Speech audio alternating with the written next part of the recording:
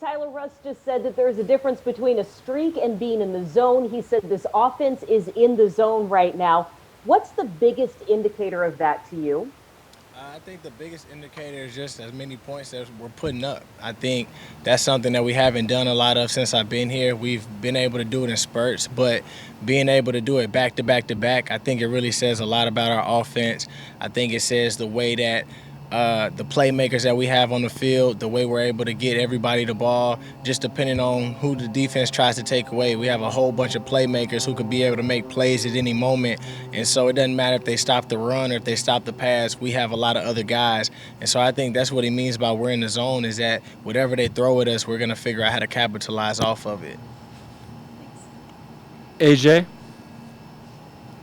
Tyler, DK tweeted out earlier today that you are the most underrated wide receiver in the NFL. I'm wondering if you can just take us into this wide receiver sort of locker room and talk about the chemistry that you guys have and how cool it is to have a teammate who also wishes for his teammates to succeed.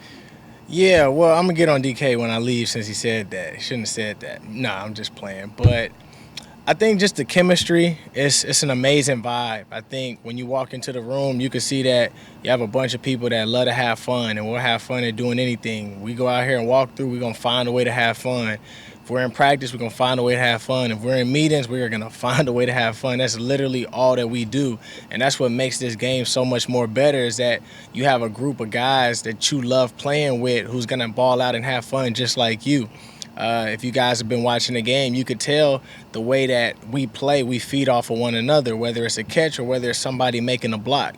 We're literally trying to put the fear in the people that we play against, and we're not only doing that by playing with a mindset of you can't stop me, but we're also having fun when we get on the sidelines and just different stuff like that. So I think the way that we vibe as a receiver core, that's what makes us go out there and being able to shine, not only in practice, but also in the field.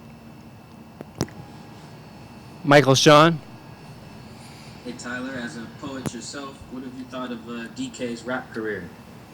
I think DK is a really good rapper. One of these days, we're trying to get him to put me and David Moore on the track with him, but you know how that is. You make one good hit and you don't want to hit us back no more.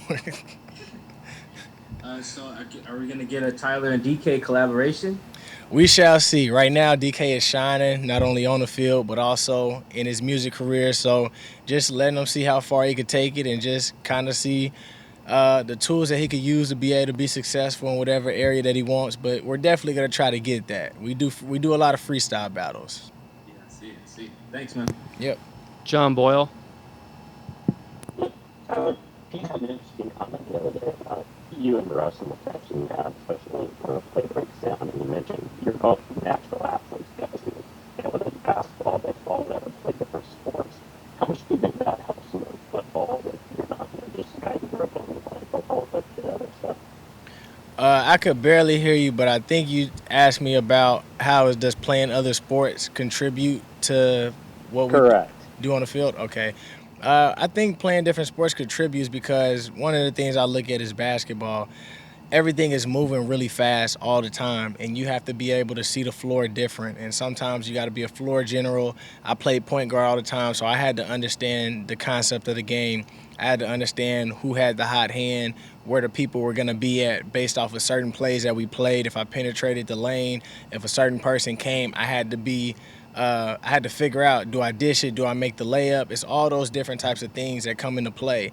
And when I played a video game, whether it's NBA 2K or whether I'm playing Call of Duty or Madden, like I try to do the same thing. I try to be a floor general if I'm at quarterback or if I'm playing basketball, trying to figure out what can I do to expose certain people. So it's the same when I come out here on the football field in real life.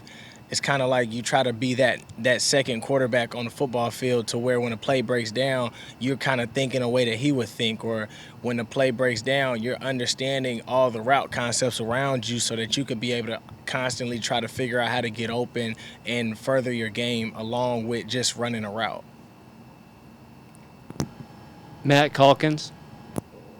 Hey, Tyler, I'm curious how influential you feel Coach Schottenheimer has been in the offensive success this year. And has there been a play or two or a time or two you walked off the field and said, man, that was just a great play call? I think he's been doing a great job calling plays. I think I think, well, I know he's been in the press box earlier during these first games, so I don't know if that has something to do with it or not. That's something that only he could say. But I know that sometimes being upstairs on the press box, you could be able to see things in a different way. And so I think for me, just going out there, we trust his play calling. We understand that he's going to put us in the right positions, and I think that he's been doing a great job. I think he has a great team around him that's being able to help him out whenever he's still trying to figure out certain things. And I honestly think that he's done an amazing job this year with just getting people open, allowing the plays to develop, calling the plays at the right time. Like you seen what happened whenever Chris Carson got that big run, and then we were able to score right after that. So he's done a great job in putting in packages that's going to allow us to be successful, as well as being able to catch teams off guard if we choose to use it. Corbin Smith. Hey, Tyler, you play a position that is kind of hit and miss for young guys coming into the league. It seems like some guys just really struggle to figure things out at the NFL level, and then there's others like DK that just immediately make an impact. How would you describe the learning curve going from college to the NFL at receiver, and how complicated is Schottenheimer's system compared to what a lot of colleges are running? Yeah, well, I don't think it's too complicated. I think the biggest thing that separates a lot of guys coming into the league from the other guys who come into the league and who actually shine, I think it's just the fact of limiting all the distractions. A lot of people go from college and they literally go from college to now they're in the real world with a real job, and everything is being thrown at them outside of football. And sometimes the whole goal of people was just to make it to the NFL. It wasn't to stay in the NFL. It wasn't to make your own name and create your own legacy in the NFL. So a lot of guys, they get to the NFL and it's like they've already lived their dream, but they don't have anything that goes beyond that dream of just making it to the NFL. And so a lot of times you see guys shine who not only wanted to make it to the NFL, but who also want to be great in the NFL. And I think that's what separates a lot of guys from playing 1 year, 2 years, or being able to play 10 to 12 years or even 8 years in their whole entire career.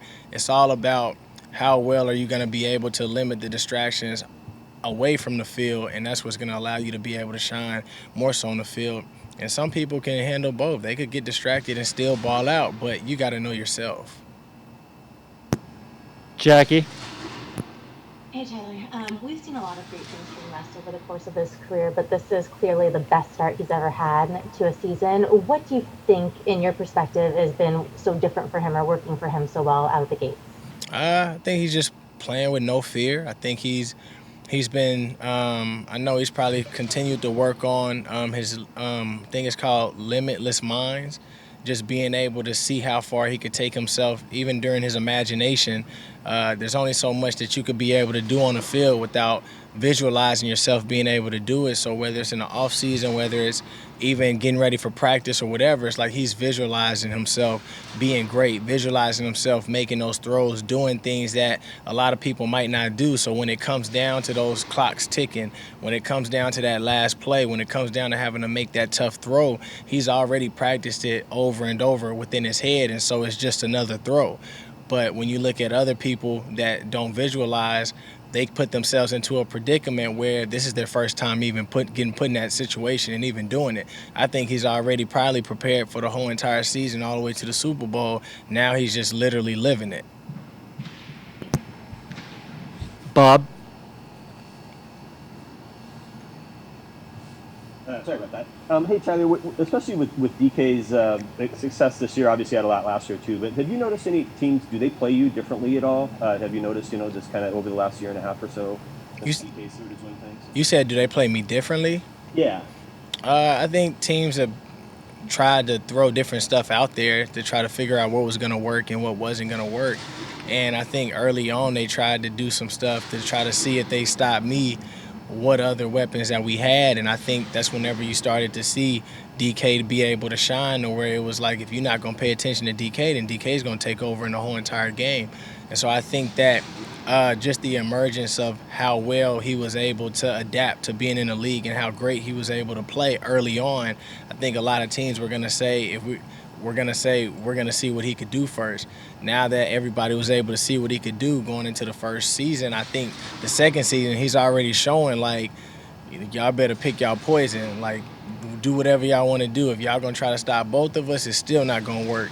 If y'all gonna try to stop one of us, then the other's gonna ball out, and the other person is still gonna get their chance to shine. So I think just having him continue to ball out and be as great as he really is right now, I think that's allowing both of us to feed off of one another to where teams really don't know what to do.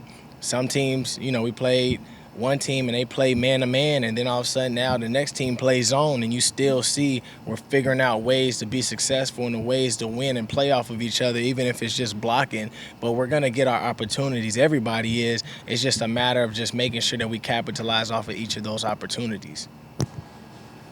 Last one for Joe Fan. I've seen you make obviously a number of just contested catches over your career. Well, what's it like on a day like Sunday where I think all three of your touchdowns, you're pretty much wide open, maybe particularly in the post where you just run by their safeties and I'm sure at that point that there's a bust there, or, you just caught them, on the wrong call or whatever it is. What is that like when a play is executed to perfection like that?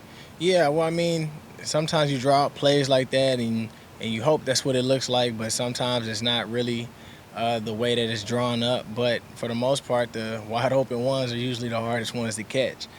But just being put in a position is just trying to focus. Sometimes you got to focus a little bit more than you would had it been a contested catch or just a guy's away from you about 1 or 2 yards. But when you're wide open, it's a little different. But I think for me, it's just like staying in that mindset of just finishing the play all the way through, not allowing myself to get relaxed, but just continuing to play. Of course, there was times where I wasn't able to catch the ball like 2 or 3 times, but then you would see like, oh, well, he scored a touchdown. Well, sometimes things like that happen. Sometimes, as mad as I was about not being able to catch those other balls, you look at it and say, well, if you caught that ball, you might not have the touchdown, so which one would you want? And so for me, I think it's a give and take. You also got to understand that sometimes plays don't work out in your favor, but in the grand scheme of things, when you look at the bigger picture, it's still going to work out for you. And so that's something that I take with me, not only in football, but also in life, is sometimes things aren't going to work out the way that you want it to or the way that you plan, but that doesn't mean that it's over. It just means that it's a bigger picture, and it's going to be a bigger prize at the end of it waiting for you if you just keep playing. Thank you, Tyler. All right, appreciate it.